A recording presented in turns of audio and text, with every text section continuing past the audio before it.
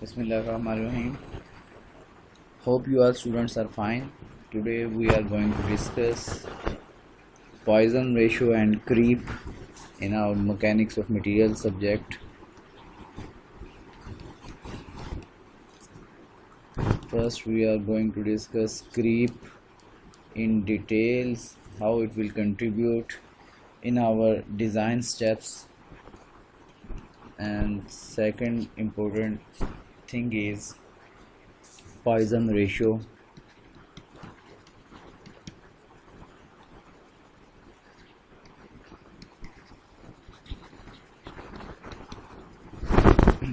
Which will lead us to derive a generalized Hooke's law.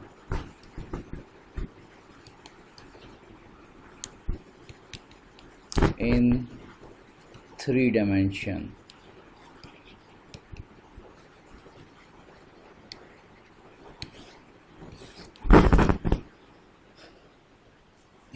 We already have discussed many times what is Hooke's law. Force is directly proportional to distance, change in distance, or in case of springs you have seen in experiments in your lab.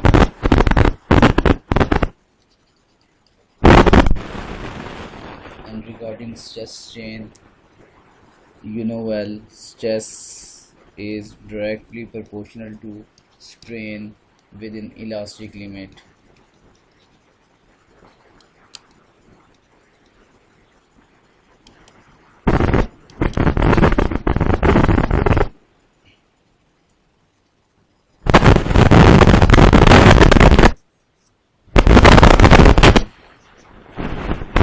Yes, summarizing many times at the constant of proportionality and strain, we derive it as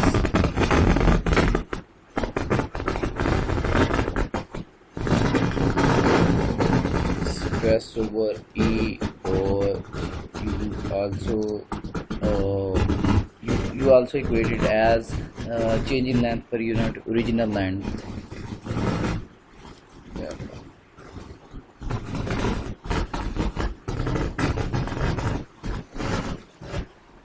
But how strain will appear or will behave in 3 dimension?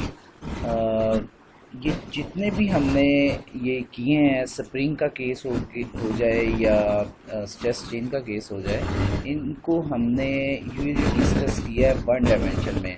But how strain will behave or stress will behave in 3 dimension, we will try to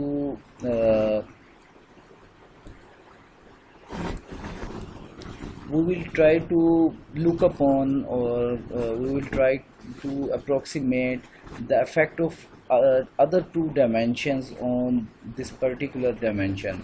For example, if we are applying force on x dimension of a 3 dimension box, for example, this is the case. Okay, sorry.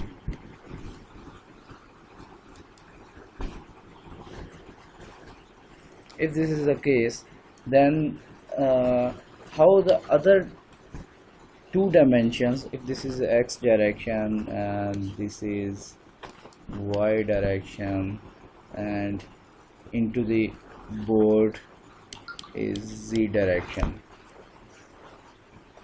Okay, तो आमतौर पे 1 dimension की कोई figure या 2 plane case में जो figure हम देखते हैं उसमें हम बॉक्स को स्ट्रेच करते हैं, तो स्ट्रेन को change in length per unit original length, ये सारा कुछ देखते हैं. यही फार्मूले हैं 3 डायमेंशन में भी यही हैं. लेकिन यहाँ पर हम एक चीज़ नेग्लेक्ट कर देते हैं इस केस में कि अदर डायमेंशंस में मौजूद मटेरियल आया कि वो इस एक्स डायरेक्शन में होने वाली स्ट्रेन को रेजिस्ट या असिस्ट कुछ करेगा या नहीं करेगा। एक्चुअल में जितना मटेरियल अगर दूसरी डायमेंशंस में है तो वो जो प्राइमरी डायरेक्शन है जिसमें फोर्स लग रही है उस डायरेक्शन में इतनी आसानी से डिफॉर्मेशन नहीं होने देगा। थोड़ा सा वो भी रेजिस्ट करेंगे। तो वो कितना रेजिस्ट करेंगे वो डिपेंड करेगा पॉइजन रेशो एक चीज़ पर, कि पॉइजन रेशो बेसिकली एक डायमेंशनल चीज़ है जो डायमेंशंस पे डिपेंड करती है, और अंदर मटेरियल की अरेंजमेंट और मटेरियल की ज्योमेट्री, पार्टिकल्स की ज्योमेट्री, ठीक है, वो किस तरह अरेंज किए गए हैं और उनकी बॉन्डिंग, इन सब सारी चीज़ों पे पॉइजन रेशो बेसिकली डिपेंड करती है। और वो अक्सर रेजिस्ट करती है प्राइमरी डायरेक्शन को, ठीक है। वो तो कौन सा मटेरियल कितना रेजिस्ट करता है, कौन सा कितना कम करता है, उसी के अकॉर्डिंग उसकी पॉइजन रेशियो की वैल्यू होती है, और उसी के लिहाज से थ्री डायमेंशन में स्ट्रेस और स्ट्रेन को कुछ हम जो है रिप्रेजेंट करते हैं, ठीक है। तो ये जनरलाइज्ड हुक्स लॉ, हम सबसे पहले पॉइजन रेशियो को स्टडी करेंगे साथ में करीब के बाद, ठीक है, आफ्टर करीब। पहले तो करीब को हम डिस्कस करेंगे, फिर उसके बाद पॉइजन रेशियो को, फिर इन दोनों डाटा की मदद से हम जो है ना एक जनरलाइज्ड एक कोई इक्वेशंस बनाएंगे, ठीक है, कि हर डायमेंशन में आने वाली स्ट्रेन वो किसके बराबर बेसिकली होगी करेंगे। By definition you know well what is creep, कि it is time dependent property of material under some applied load condition. तो कुछ थोड़ी बहुत इस तरह होता है कि जैसा कि आपको अच्छी तरह पता है कि नॉर्मल कंडीशंस में अगर किसी भी बॉडी के ऊपर लोड लगाया जाए, ठीक है, किसी भी बॉडी को पुल किया जाए या लोड लगाया जाए, तो वो इलास्टिक रेंज के अंदर लीनियरली डिफॉर्म होता है, ठीक है। तो वो लीनियरली डिफॉर्म होने के बाद एक ख़ास पॉइंट पर जाकर जब उसके ऊपर एक ख़ास अमाउंट ऑफ फोर्स लगती है तो फिर वो अपनी यील्ड पॉइंट शो करता है, और फिर वो उसके बाद फर्दर यील्डिंग एंड फिर उस जो मैक्सिमम पॉइंट ऑफ स्ट्रेस है रिएक्शन जितना शो कर सकता है उसको वो शो करेगा, फिर उसके बाद जाकर वो रप्चर की तरफ ट्रेवल करेगा। ये स्ट्रेस स्ट्रेन में एक नॉर्मल ट्रेंड, ये एक चीज़ है। मगर जिस तरह फटीग में हम लोगों ने देखा था कि फटीग एक ऐसा फिनोमेना है साइक्लिक अप्लाइड साइक्लिक लोडिंग का कि उसमें हम यील्ड स्ट्रेंथ से भी काफ़ी कम फोर्स भी लगाएं तो भी चीज़ जो है ना वो जल्दी फेलियर हो जाती है। तो लेट्स सपोज हम इस रेंज में भी कहीं पे अगर अप्लाइड साइक्लिक लोडिंग लगा रहे हैं, लेकिन वो साइक्लिक लोडिंग है, रिपीटेड लोडिंग है, ठीक है, तो भी वो चीज़ जो है ना रप्चर पॉइंट तक पहुंच जाती थी, ठीक है। इसी तरह करीब भी एक ऐसा फिनोमिना है कि ये बेसिकली टाइम डिपेंडेंट फिनोमिना है। अगर हम फोर्स किसी भी बॉडी के ऊपर एक ख़ास अमाउंट ऑफ टाइम के लिए या एक लॉन्ग पीरियड ऑफ टाइम के लिए लगा कर रखें और वो फोर्स चाहे हमारी यील्ड स्ट्रेंथ या बॉडी की इलास्टिक लिमिट, ठीक है, उसके भी अंदर एग्जिस्ट करती है, जिसकी वजह से उसमें परमानेंट सेट या परमानेंट यील्डिंग नहीं होनी चाहिए, लेकिन फिर भी ज़्यादा देर तक रखने की वजह से वो उसमें ये जो स्ट्रेन है ना परमानेंट डिफॉर्मेशन वाला रीजन, ठीक है, ये आ जाता है। हालांकि हमारी जो लोडिंग है वो इस रीजन के अंदर अंदर थी, ठीक है, मतलब वो उसकी वजह से जो इनिशियल स्ट्रेस है वो इसके अंदर आ रही थी, लेकिन बाय द टाइम वो ज़्यादा ट्रैवल कर वो बाय द टाइम उसका अफेक्ट ये होता है कि वो प्लास्टिक डिफॉर्मेशन की तरफ चली जाती है। तो इस चीज़ को आप थोड़ा सा जहन में रखें, बल्कि ये आपको अच्छी तरह पता है। इसको थोड़ा सा हम डिटेल से क्रीप को आज देखते हैं कि क्रीप किस तरह मुख्तलिफ़ चीज़ों के अंदर ट्रैवल करती है। फॉर एग्ज़ाम्पल हमने काफ़ी दफ़ा क्लास में भी ये एक एग्ज़ाम्पल दी है कि अगर फॉर एग्ज़ाम्पल एक लोहे का रॉड है कैंटिलीवर की तरह, ठीक है, एक लोहे का रॉड है, तो इसको हमने अगर कैंटिलीवर की तरह ये रखा हुआ है, तो ये फॉर एग्ज़ाम्पल ये अपनी जगह पर सस्टेन है, ठीक है। लेट्स सपोज ये एक एक माह से रखा हुआ है और ये अपनी जगह पे सस्टेन है। लेकिन अगर यही लोहे का रॉड लेट्स सपोज थोड़ा सा लेंथी है, और लेंथी होने की वजह से इसकी थोड़ा सा वेट भी इंक्रीज़ हो गया, और लेकिन फिर भी ये अपनी पोजीशन अभी चेंज नहीं की इस चार्ट में, ठीक है। तो अब इस लोहे के रॉड के ऊपर जस्ट एक छोटा सा वेट ही रख दें, ठीक है, थोड़ा सा वेट अगर रखते हैं, ठीक है, जिसकी वजह से स्टार्ट में से कुछ नहीं होता, ठीक है, थोड़ा सा वेट अगर रखते हैं, 2-3 ईंटें अगर इसके ऊपर रखते हैं, तो स्टार्ट में से कुछ नहीं हुआ। लेकिन आप इसको 2 घंटे बाद नोट डाउन करते हैं, तो ये अपनी पोजीशन से, ठीक है, लेट्स सपोज 1 मिलीमीटर नीचे ट्रैवल कर रहा है, ठीक है। और उसी तरह फिर आप इसे 5 घंटे बाद देखते हैं, तो ये 1 सेंटीमीटर लेट्स सपोज नीचे ट्रैवल कर आया है, ठीक है। तो इसी तरह मुख्तलिफ टाइम्स में आप इसको देखते जाएं, तो ये फाइनली इसकी जो शेप कुछ इस तरह की बन जाएगी आफ्टर 1 डे और 2 डे, ठीक है। और या हो सकता है ये इट विल टेक टाइम, ठीक है, मंथ्स भी हो सकता है, डिपेंड करता है इसका क्रॉस सेक्शन एरिया क्या था, मटेरियल क्या था, और जो आपने अप्लाइड लोड लगाया वो बहुत ज़्यादा कम था, दरमियाना था, या वो कितना था, यानी कि वो इसके यील्ड स्ट्रेंथ के मुकाबले में वो कहाँ पर लाई करता था, बिल्कुल नेग्लिजिबल तो नहीं था। तो ये टाइम इफेक्ट ऑफ जो फोर्स होता है ना, इसको क्रीप बोलते हैं। इस क्रीपिंग इफेक्ट को बढ़ाने के लिए, क्रीप इफेक्ट को बढ़ाने के लिए कुछ पैरामीटर्स होते हैं। मतलब फॉर एग्जांपल अगर आप ये लोहे के रॉड पे यही वेट रखें, तो ये एक दिन के बाद आपको 2 इंच का डिस्टेंस जो है ना वो प्रोवाइड करता है। अगर फॉर एग्जांपल ये 2 इंच का डिस्टेंस है, ठीक है, तो ये 2 इंच का अगर ये डिस्टेंस प्रोवाइड करता है एक दिन के बाद, तो और ये अंडर द नॉर्मल कंडीशंस है, मतलब जो एनवायरनमेंट का टेम्परेचर 25 डिग्री सेंटीग्रेड है, ये अगर ये उसके ऊपर एक दिन के बाद 2 इंचेस ये हमें जो है ना वर्टिकल डिफॉर्मेशन दे रहा है। तो अगर हम इसका टेम्परेचर बढ़ा दें, लेट्स सपोज 60 डिग्री सेंटीग्रेड कर दें, ठीक है, 25 डिग्री से हम 60 डिग्री सेंटीग्रेड अगर इसको कर दें, तो फिर ये क्या होगा, ठीक है। और हमने सेम कैंटिलीवर बीम लिया, उसके ऊपर सेम वेट डाला पहले की तरह का ही, और 25 डिग्री सेंटीग्रेड की जगह हमने 60 डिग्री सेंटीग्रेड कर दिया, ठीक है, ऑलमोस्ट 2.5 टाइम्स बनता है, ठीक है, 2.4 टाइम्स के करीब करीब। तो इतना टाइम्स हमने टेम्परेचर बढ़ा दिया, तो ऑब्वियसली आपको भी पता है जब किसी चीज़ का टेम्परेचर बढ़ाया जाता है, तो उसकी इंटरनल मालिक्यूलर फोर्सेस जो होती हैं ना, वो थोड़ी सी कंप्रोमाइज़ होती हैं, तो अंदर की स्ट्रेंथ जो है थोड़ी सी लूज़ होगी, मटेरियल थोड़ा सा अपने आप को दूर सेट कर लेता है।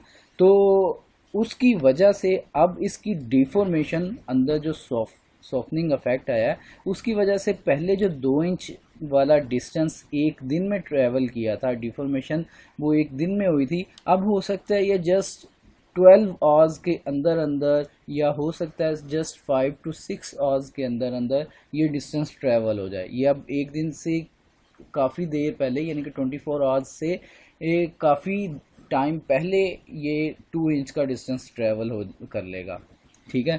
तो ये इफेक्ट जो होता है ना, ये क्रीप कहलाता है।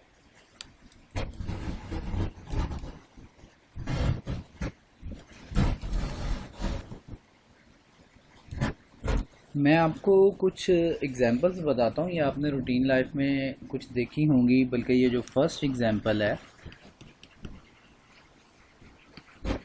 वो आपने एक पुराने बल्ब देखे होंगे जिनके अंदर फिलामेंट लगा हुआ होता है। अक्सर वो फ्यूज़ हो जाते हैं और उनकी वायर आपको नज़र भी आती है अलग हुई। ठीक है, तो अल- पहली एग्जांपल एक वो क्रीप की है।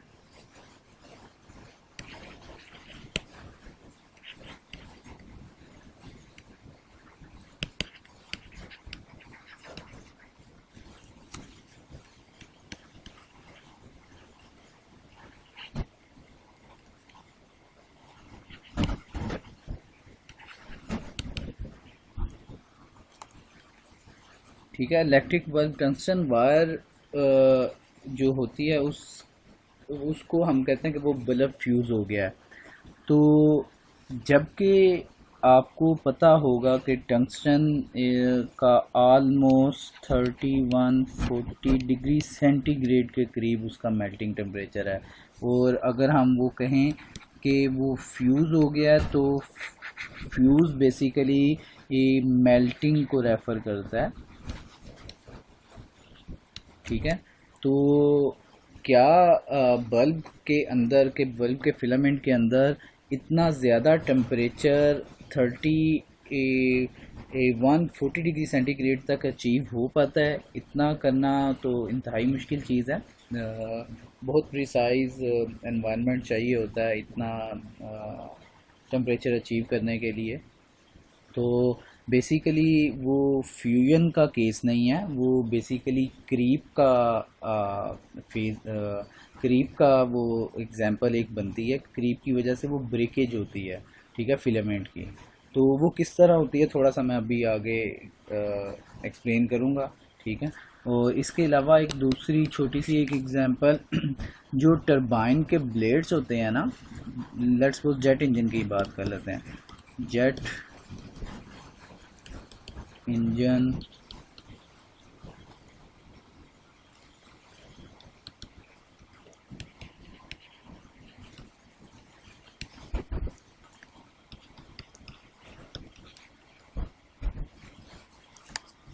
तो टरबाइन जेट इंजन के जो ब्लेड्स के फेलियर होते हैं वो भी बेसिकली काफ़ी हद तक क्रीप की वजह से भी होते हैं।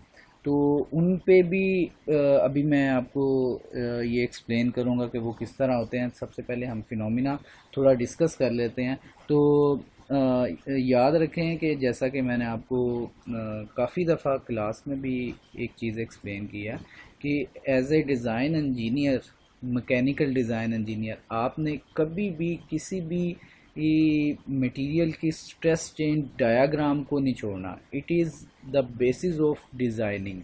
वो चाहे फटीक के लिए हो, चाहे क्रीप के लिए हो, चाहे वो टेंसाइल लोडिंग के लिए है, चाहे कंप्रेसिव लोडिंग के लिए, या चाहे किसी भी चीज़ के लिए है, उस मटेरियल की बेसिकली स्ट्रेस चेंज डायग्राम पर ही सारी की सारी डिज़ाइनिंग होती है। सारी की सारी कैलकुलेशन, सारे के सारे जो कुछ चीज़ें आपने डिसाइड करनी होती हैं, फैक्टर ऑफ सेफ्टी जो कुछ डिसाइड करनी होती हैं, उसी जितने भी पैरामीटर्स उस कंपोनेंट के ऊपर लग रहे होंगे उनके अकॉर्डिंगली स्ट्रेस चेंज डायग्राम के ऊपर फाइनल कम्प्लीमेंट्स आपके होंगे, तो फिर वो डिज़ाइन कंप्लीट होगा। ठीक है, जो कुछ सॉफ्टवेयर के ऊपर भी कर लेंगे बाद में आपने उसी मटेरियल की जो स्ट्रेस चेन डायग्राम की प्रॉपर्टीज़ होंगी ना, कि उसकी अल्टीमेट स्ट्रेंथ वैल्यू ये है, यील्ड वैल्यू ये है, तो उसके कंपैरिजन में आपने डिसाइड करना होता है कि कहाँ पे कंप्रोमाइज़ करें अलाउबल स्ट्रेसेस या डिज़ाइन स्ट्रेसेस को, कि वो अलाउ हैं। ठीक है, तो ये चीज़ आपने नहीं भूलनी। मतलब अब ये बात करने का मकसद ये था कि हम अभी क्रीप फिनोमिना ये जो डिस्कस करने जा रहे हैं, इसकी क्रीप की वजह से बेसिकली परमानेंट सेट एक आ जाता है, परमानेंट चीज़ डिफॉर्म हो जाती है, जबकि उसके ऊपर अप्लाइड जो फोर्स है वो इंतहाई कम लगाई गई है।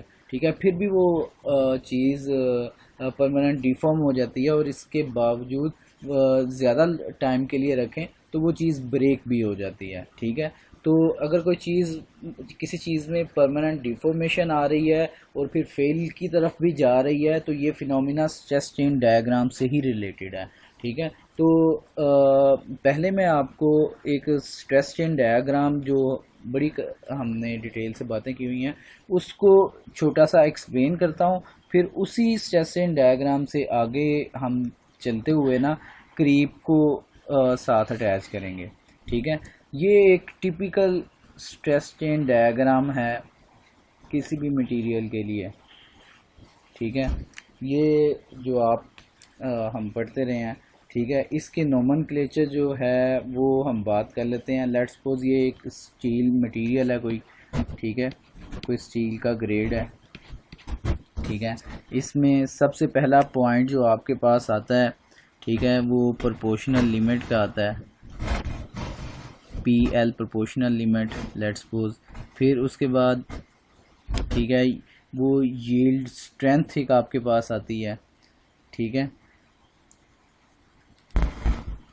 यील्ड स्ट्रेंथ या यील्ड पॉइंट। अच्छा, मैं ना यहाँ पर एक थोड़ी सी एक्चुअल वाली फिगर आपको बना के देता हूँ। मतलब जो एक्सपेरिमेंट अगर आप करें लैब में, तो आपके पास जिस तरह का ग्राफ बनेगा ना वो कुछ इस तरह का होगा। स्टील का खासकर मतलब जो फेरस अलॉयज होंगे ना ज़्यादातर, और मेजरली स्टील के ग्रेड के जो होंगे, वो कुछ यील्ड पॉइंट के बाद ना थोड़ा सा वो स्ट्रेट रहेंगे। ठीक है, उनका ट्रेंड थोड़ा सा स्ट्रेट रहेगा, फिर वो ऊपर जाना शुरू करेंगे और फिर वो अपनी अल्टीमेट पे आके तो उसके बाद ये ब्रेकेज की तरफ आ जाएंगे। ठीक है, तो ये जो यील्ड पॉइंट के बाद वाला रीजन है ना, जिसके बाद यील्डिंग होती है, ये कुछ थोड़ा सा रीजन इस तरह का आता है कि यहाँ पर स्ट्रेस इंक्रीज नहीं हो रही होती और हमें जो है ना वो यील्डिंग स्ट्रेन मिल रही होती है। ठीक है, ये स्ट्रेस स्ट्रेन ग्राफ है। तो इसमें आप ये देखें कि हमारे पास ये जो रीजन है, यहाँ तक मटीरियल जो है ना ये वापस बेसिकली आ जाता होता है। ठीक है, ये रिस्टोर अपनी ओरिजिनल शक्ल में कर लेता होता है। इसको हम ज़रा थोड़ा सा हाईलाइट कर लेते हैं रीजन को। इसके बाद ये वाला रीजन जो है, ठीक है, ये इसको किसी और लेट्स सपोज हम जो है ना इन लाइन के साथ शो कर लेते हैं। ठीक है, और ये बेसिकली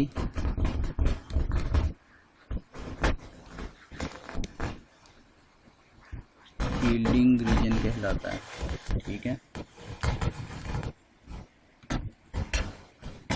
और ये पहले वाला इलास्टिक रीजन।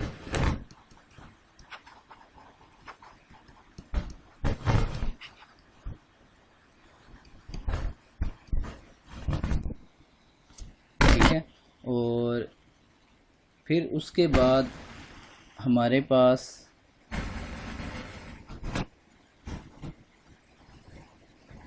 एक पॉइंट आता है जहाँ पर ये मैक्सिमम हो जाती है। ठीक है, जिसको सिग्मा यू भी आप बोलते हैं।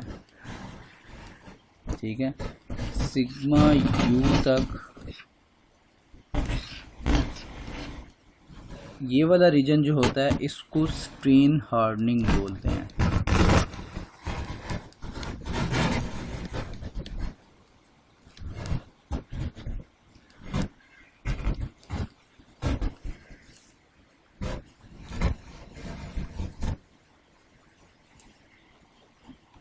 ठीक है, और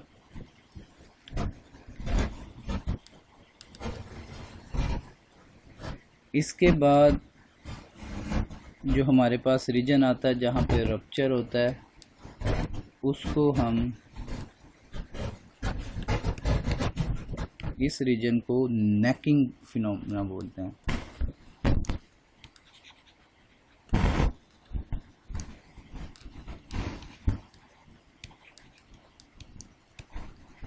नेकिंग रीजन।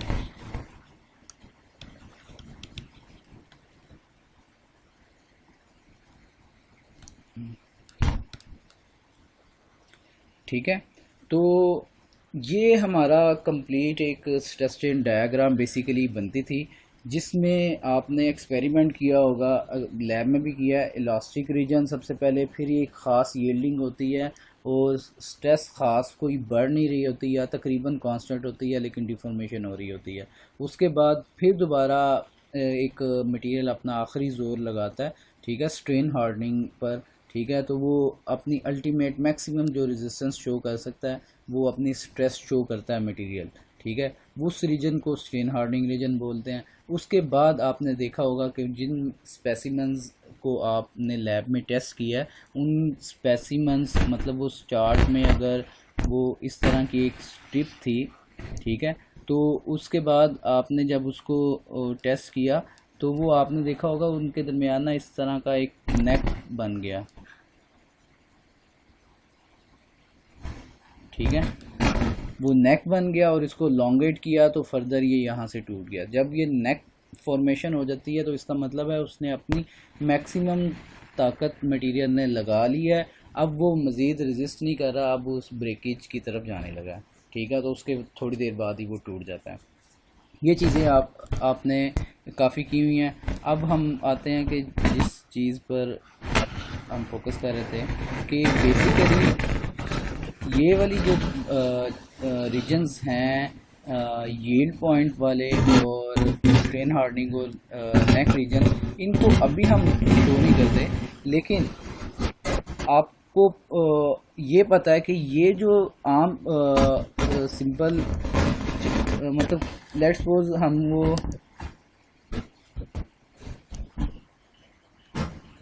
सपोज हम क्रीप की बात करते हैं, तो क्रीप में हमें पता है कि वैसे तो आमतौर पे मटेरियल प्रोपोर्शनल लिमिट तक स्ट्रेट रहता है।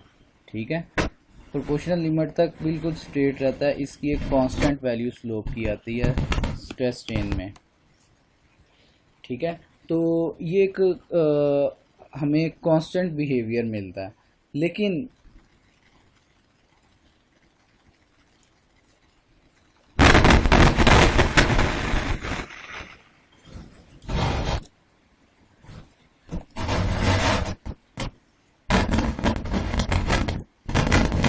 अच्छा मैं बात ही कर रहा था कि लेट्स सपोज जिस तरह ये ट्रेंड हमने शुरू में देखा कि इलास्टिक रीजन के अंदर अंदर स्ट्रेस जो है वो कॉन्स्टेंटली वो भी बढ़ता रहता है और स्ट्रेन जो है वो भी विद टाइम बढ़ता रहता है। ठीक है, इन दोनों के दरमियान जो हमारे पास रिलेशन देखने में आता है वो स्ट्रेट लाइन का होता है। ठीक है, तो इसमें कोई दो राय नहीं है, लेकिन जब क्रीप का फिनोमिना है तो क्रीप के फिनोमिना में बेसिकली होता कुछ इस तरह है कि अप्लाइड फोर्स जो हमारी होती है वो तो विद इन इलास्टिक लिमिट होती है, लेकिन अगर हम इस चीज़ को थोड़ा सा इस पे देखें, मतलब फॉर एग्जांपल अगर हम यहाँ पे स्ट्रेन और टाइम का फैक्ट देखें कि स्ट्रेन टाइम के साथ कैसे कैसे चेंज हो रही है, तो वो शुरू में इसी तरह स्ट्रेन जैसे इसमें आहिस्ता आहिस्ता बढ़ रही है ना, तो वो शुरू में थोड़ा सा लीनियरली जाने की कोशिश करेगी। जैसे ये स्ट्रेस स्ट्रेन डायग्राम में स्ट्रेन लीनियरली बढ़ती है इलास्टिक रीजन में। ठीक है, तो वो थोड़ी सी बढ़ेगी। ठीक है, इसी तरह स्ट्रेन सीधी जाएगी, लेकिन ये इसके बाद इस फर्दर ये स्ट्रेन टाइम के साथ बढ़ने की बजाय ये थोड़ा सा फिर हॉरिजेंटल होती है। ठीक है, थोड़ा सा हॉरिजेंटल की तरफ आएगी। ठीक है, और हॉरिजेंटल होने के बाद, ठीक है, हॉरिजेंटल होने के बाद फिर फर्दर ये आहिस्ता आहिस्ता ये फिर ऊपर की तरफ चली जाएगी, स्ट्रेन तेज़ी से बढ़ना शुरू हो जाएगी और फिर ये रप्चर की तरफ वो चली जाएगी।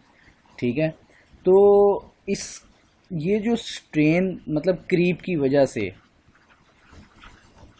जो क्रीप की वजह से स्ट्रेन होती है ना बॉडी के अंदर, ये उसकी हम बात कर रहे हैं कि बेसिकली स्टार्ट में थोड़ी सी स्ट्रेन बढ़ती है लीनियरली, लेकिन वो फ़ौरन ही कुछ देर बाद ही वो वो तकरीबन काफ़ी हद तक ना कांस्टेंट हो जाती है, टाइम के साथ एक कांस्टेंट सी वैल्यू के साथ बस बढ़ती है।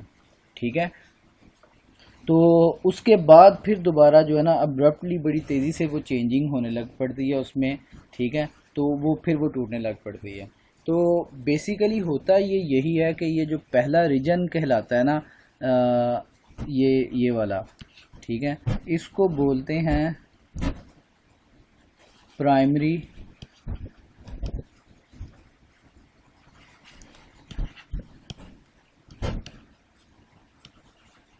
Strain reason. ठीक है, और दूसरा ये जो रीजन कहलाता है इसको बोलते हैं secondary reason.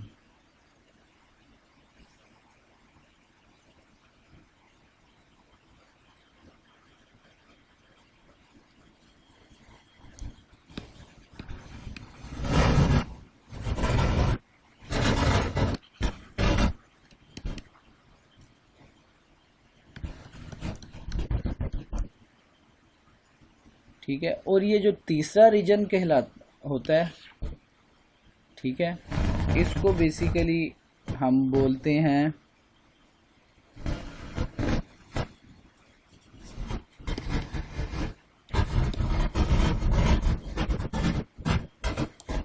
Stationery reason, TERTIONARY।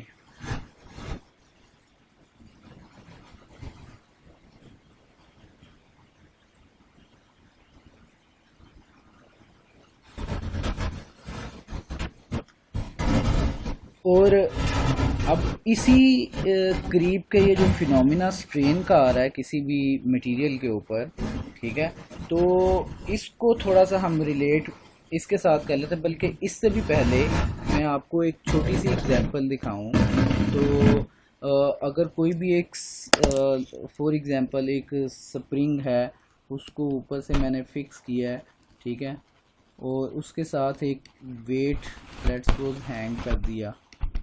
ठीक है, इसके साथ वेट एक हैंग कर दिया, तो आपने देखा, आप देखें अगर, तो लेट्स सपोज अगर वो वेट फॉर द इंस्टेंट, ठीक है, वो उसका पॉइंट अगर इस लोकेशन पर है फर्स्ट पर, तो आप उसको 2 घंटे बाद इसी वेट पे पड़ा रहने दे, 2-3 घंटे बाद आए तो देखेंगे कि वो फिर जो है ना ये इस पोजीशन पे आ जाएगा।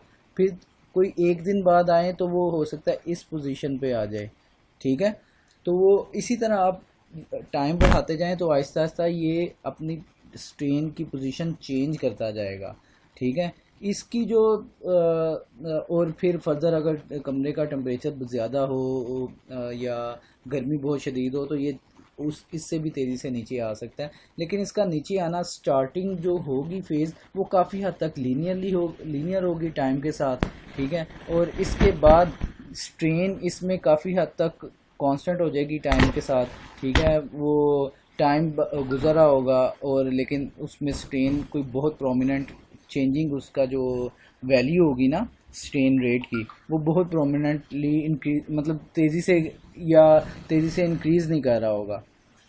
ठीक है, शुरू में ये तेज़ी से बढ़ रहा होगा स्ट्रेन, और फिर ये कांस्टेंट वैल्यू होगी स्ट्रेन की। ठीक है, फिर उसके बाद जो है ये तेज़ी से बढ़ने लग पड़ेगा फिर दोबारा। ठीक है, तो ये बेसिकली यही वाला स्प्रिंग, ये बल्कि इसको मैं आपको एक्सपेरिमेंटली एक वीडियो दिखाता हूँ। इसमें आप ये देखें, एक सोल्डर वायर होती है ना, सोल्डर वायर, तो इसको आप वो ऑब्जर्व करें, इसके ऊपर वेट रखा हुआ है। ये सोल्डर वायर बारीक सी जो जिसके साथ आप सोल्डरिंग करते हैं, तो वेट रखा है। ये देखें, ये टाइम के साथ आहिस्ता आहिस्ता इसका मैग्नीट्यूड चेंज हो रहा है। ठीक है, ये अलोंगेट होती जा रही है। ठीक है, अलोंगेट होती जा रही है।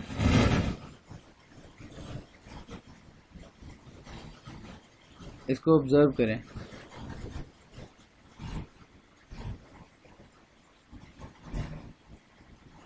अब इसकी स्पीड देखें, एक्सेलरेशन। ठीक है, आप ये देखें,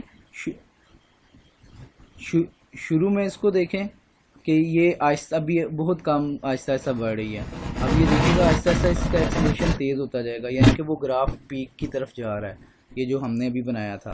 ठीक है,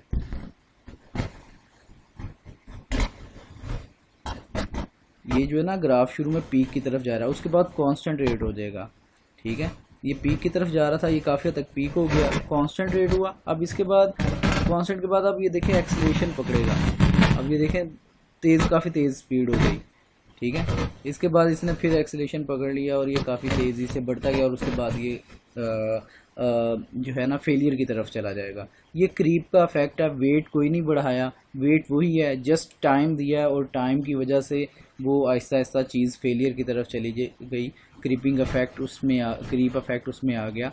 ठीक है, यही स्प्रिंग इफेक्ट या कोई भी आप मटेरियल इसके साथ हैंग कर लें वेट के साथ। ठीक है, तो ये बेसिकली इसकी स्ट्रेस स्ट्रेन डायग्राम जो है इसके साथ आप रिलेट करें। प्राइमरी स्ट्रेन इसकी इलास्टिक रीजन के करीब करीब ज़रा बनती है। ठीक है, तो इसके बाद जो सेकेंडरी स्ट्रेन होती है, ठीक है, ये वाला रीजन ये बेसिकली स्ट्रेन हार्डनिंग वाला रीजन है और यील्डिंग वाला रीजन है। ठीक है, स्ट्रेन हार्डनिंग वाले रीजन से अभी ये गुजर रहा होता है। ठीक है, उसके बाद फर्दर जो स्ट्रेन हार्डनिंग तक मैक्सिमम जो रेजिस्ट करना होता है ना मटेरियल ने वो करता है। उस आपने देखा वहाँ पे वो एक्सलेट नहीं हो रहा था, चेंज इन एलोंगेशन उसकी बहुत तेज़ी से नहीं हो रही थी, कांस्टेंट रेट से हो रही थी, हॉरिजॉन्टल रेट से। ठीक है, उसके बाद जब उसने मटेरियल ने अपना मैक्सिमम जोर लगा लिया फिर भी वो नहीं रोक पाया, तो उसके बाद उसका डायामीटर इतना थिन हो गया जिसकी वजह से वो फिर तेज़ी से नेकिंग की तरफ या फेलियर की तरफ आया। ठीक है, नेकिंग रीजन, फिर वो तेज़ी से स्ट्रेन उसका एक्सेलेरेट हुआ और फिर नेकिंग की तरफ चला गया और उसके बाद टंगस्टन वायर टंगस्टन कह रहा हूँ जो सोल्डरिंग वायर है वो टूट गई थी।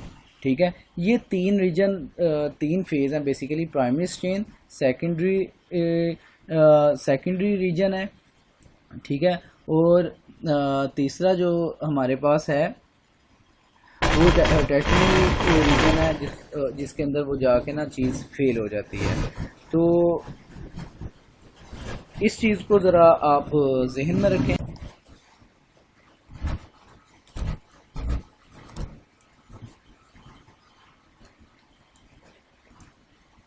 तो आपको होपफुली ये काफ़ी हद तक आइडिया हो गया होगा। इसको ना टर्शियरी रीजन बोलते हैं ज़्यादातर, TERTI।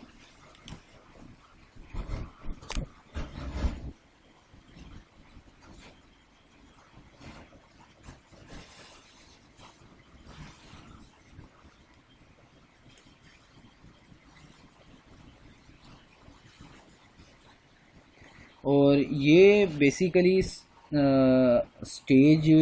2 जो है, ये स्टेज 1, स्टेज 2, ये स्टेज 3। ठीक है, ये प्राइमरी, सेकेंडरी और टर्शियरी स्टेज, ये 3 स्टेजेस इसकी होती हैं क्रीप की बेसिकली। ठीक है, सेकेंड स्टेज इसको हम basically steady state creep rate भी बोलते हैं। स्टेडी स्टेट क्रीप रेट के तौर पे भी इसको हम कर सकते हैं, यानी कि जिसमें स्ट्रेन जो होती है ना वह स्ट्रेन रेट वो बेसिकली स्टेडी स्टेट होता है। ठीक है, और इसको हम partial stress by partial T भी लिख सकते हैं। ठीक है, स्टेडी स्टेट क्रीप रेट ये चलता है। ठीक है, और होपफुली काफ़ी हद तक आपको अंदाज़ा हो गया होगा। अब हम आ जाते हैं अपने वो क्वेश्चन के ऊपर, मतलब एग्जांपल जो हम बात कर रहे थे कि इलेक्ट्रिक वर्क टंगस्टन वायर।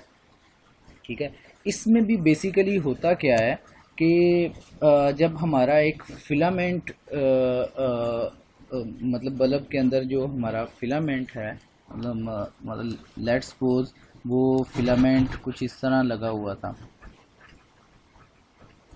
ठीक है, तो अगर ये फिलामेंट इस तरह लगा हुआ है तो नॉर्मली इसे कुछ नहीं होता, लेकिन आप इसको आम तौर पे चलाते हैं अगर 1-2 घंटे के लिए, तो आप वो आप मतलब आप वो देखें कि इसका टेम्परेचर जो है ना राइज़ करना शुरू हो जाता है, लेकिन ये याद रखें इसका तकरीबन 30 31 40 समथिंग के करीब आलमोस्ट वो मेल्टिंग टेम्परेचर है इस टंगस्टन वायर का। ठीक है, तो ये टंगस्टन वायर बेसिकली मेल्ट नहीं होती, इसका टेम्परेचर राइज करता है, और इसकी जो थोड़ा सा इसका स्प्रिंग का वेट है ना, ठीक है, इसका अपना सेल्फ वेट, ठीक है, सेल्फ वेट की वजह से ये आहिस्ता आहिस्ता ये वायर जो होगी ये थोड़ी सी, ठीक है, ये कर्व की शक्ल में आने लग पड़ेगी। ठीक है, और हल्का सा ये थोड़ा ना ज़्यादा अगर टेम्परेचर इसका ज़्यादा राइज़ करता रहे, लेट्स सपोज ये ज़रा 1 2 3 घंटे के लिए आपने जलाया, 4 5 घंटे के लिए जलाया, तो ये कभी कभी ये ज़्यादा अलोंगेट हो जाती है, और एक ख़ास मुद्दत के बाद मतलब एक दफ़ा एक दिन आपने पूरे कुछ 4 5 घंटे के लिए जलाया, तो उसमें 1 मिलीमीटर की एक्सटेंशन हुई, ठीक है, परमानेंटली चेंज हो गया। फिर आपने दूसरे दिन जलाया तो उसमें लेट्स सपोज 1 मिलीमीटर के का फिर चेंज हो गया, ठीक है, तो टोटल 2 मिलीमीटर हो गया। इस तरह लेट्स सपोज वो 30 डेज के बाद लेट्स सपोज उसमें ऑलमोस्ट 10 मिलीमीटर का हो जाता है फॉर एग्जांपल। ठीक है, लेट्स सपोज 30 डेज के बाद उसमें हो जाता है, तो वो महीने 1.5 महीने बाद आपका ये बल्ब जो होता है ना, तो वो उसमें इतनी एलोंगेशन टंगस्टन वायर में आ जाती है कि वो इतना इतना लेंथी वो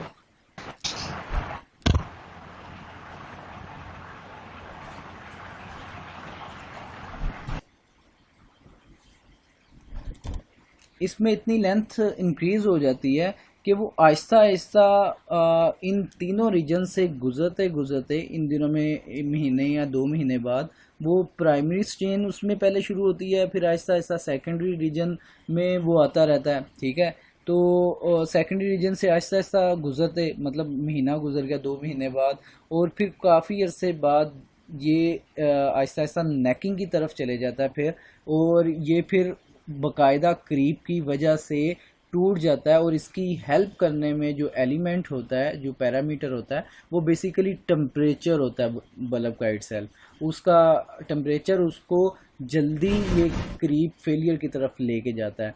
तो ये बेसिकली क्रीप की वजह से ब्रेकेज है, ना कि फ्यूजन है। मतलब ये जो मेल्टिंग है ना टंगस्टन वायर की, ये मेल्टिंग वाला फिनोमिना नहीं है, मतलब फ्यूज़ नहीं होता, ये क्रीप का फेलियर होता है जो कि उसके टंगस्टन वायर को तोड़ देता है। आपने टूटी हुई देखी होगी।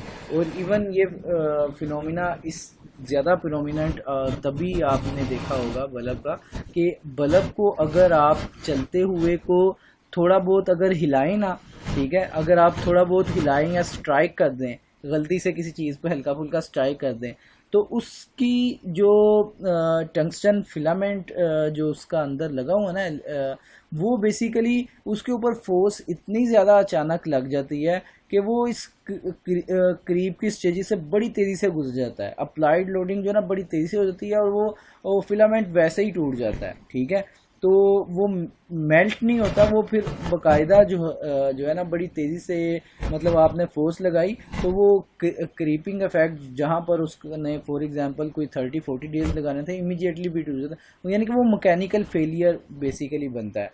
ठीक है, वो फ्यूजन का केस नहीं आता। ठीक है, ये भी एक क्रीप की बेसिकली एग्जांपल है कि वो कुछ अरसे बाद टूट जाना, वो बेसिकली ये टाइम ले रहा होता है। ये जो टाइम का हमारा ग्राफ है ना हॉरिजॉन्टल, तो ये 30 40 डेज या 2 महीने तक वो ऐसा ऐसा टूटता रहता है। तो इससे बचाने के लिए आप खुद सोचें, जब अगर आपको कंफर्म है कि ये क्रीप की वजह से टूटता है, तो आपको बेसिकली चाहिए ये कि किसी तरीके से आप मतलब फॉर एग्जांपल 15 दिन या 20 दिन आपने इस्तेमाल किया ना वो बल्ब, ठीक है, एक डायरेक्शन में, तो उसके एलिमेंट को 180 डिग्री रोटेट कर दें, ताकि उस एलिमेंट का जो ग्रेविटी का फैक्ट है अब दूसरी तरफ आने लग पड़े। ठीक है, तो ये एक छोटा सा टोटका है कि उसका क्रीप फेलियर से बचाने के लिए। दस एक दिन बाद उसको 180 डिग्री रोटेट कर दें। पहले क्रीप दूसरी तरफ हो रही थी, अब उल्ट डायरेक्शन में स्टार्ट हो जाएगी। ठीक है, वो मतलब दोबारा मटेरियल जो है ना वापस आने लग पड़ेगा। फिर 10-15 दिन बाद उसको 180 डिग्री कर दें। तो इस तरह आप ज़्यादा for the long off period उस बल्ब को यूज़ कर पाएंगे, या उस बल्ब को के एलिमेंट को इस तरह आप लगाएं कि उसमें ग्रेविटी की वजह से जो अलोंगेशन होनी है, ठीक है, क्रीप इफेक्ट आना जिस उसमें, वो कम से कम आए। ठीक है, तो ये इस चीज़ को आप खुद देख सकते हैं बल्ब के एलिमेंट के लिहाज से। इसी तरह एक दूसरा जेट इंजन्स टरबाइन का ब्लेड्स हैं। आपने वो जेट इंजन्स के ब्लेड्स उसमें देखे होंगे, इधर चेक करते हैं।